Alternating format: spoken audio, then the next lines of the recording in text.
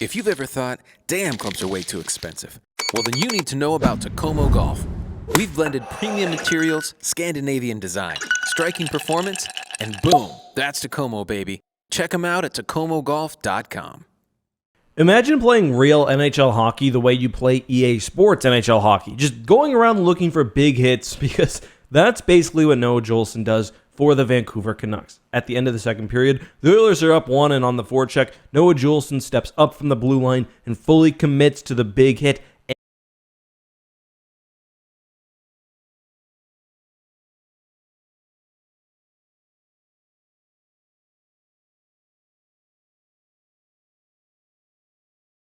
And he gets it. Meat on skates collide with another set of meat on skates, and down goes Ekholm. But wait, where'd the puck go? Well, after the big bone cruncher, it just drifts itself to a streaking McDavid and Nuge, 2-on-1.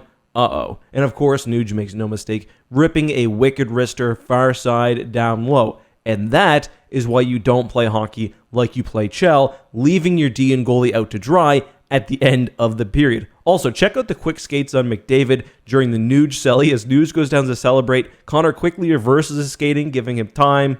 Well, he would have, collided right with his face. Just another reason why McD is an all-time assist machine. He's even assisting with celebrations. That goal would make it 2-0 heading into the third, as Calvin Pickard looked great in his postseason debut, and he really was the story of the game. Vancouver finally would figure him out in the third, as Garland scored 7 minutes in, and then in the dying minutes, with Shelov's pulled, Dakota Joshua gets the game-tying goal as Brock Besser, playoff machine, shoots it off his leg and in 2-2. Under 2, Pickard's parents are pissed in the stands, picking pickled peppers, and we're headed to overtime. Not so fast. We're actually not headed to overtime, because with 40 seconds left, another late-game Bouchard bomb finds its way past Shiloh's. He's now scored the last goal in each of the last 3 games, including now 2 game winners. That would blow the roof off the barn as Edmonton came back live. Pickard's parents were celebrating, and Edmonton ties the series up. Great game by Pickard. He went 19 for 21. That's a .905 save percentage.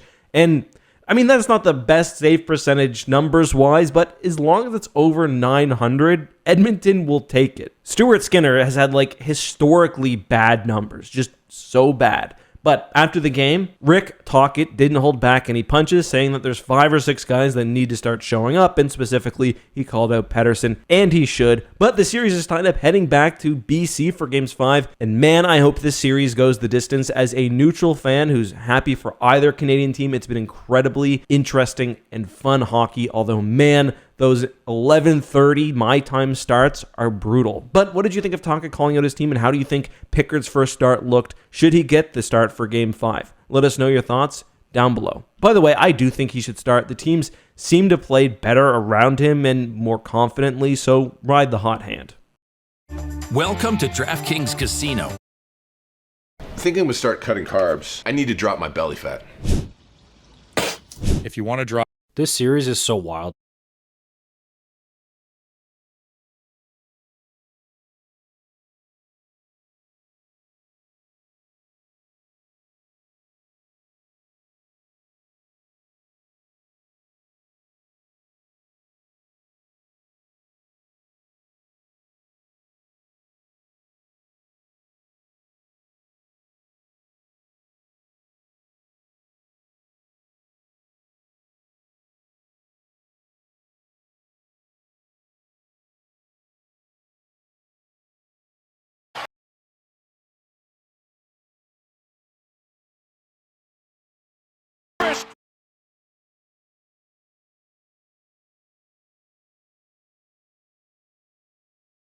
We might not have a couch yet, but we got internet. Don't tell Mom. Smooth.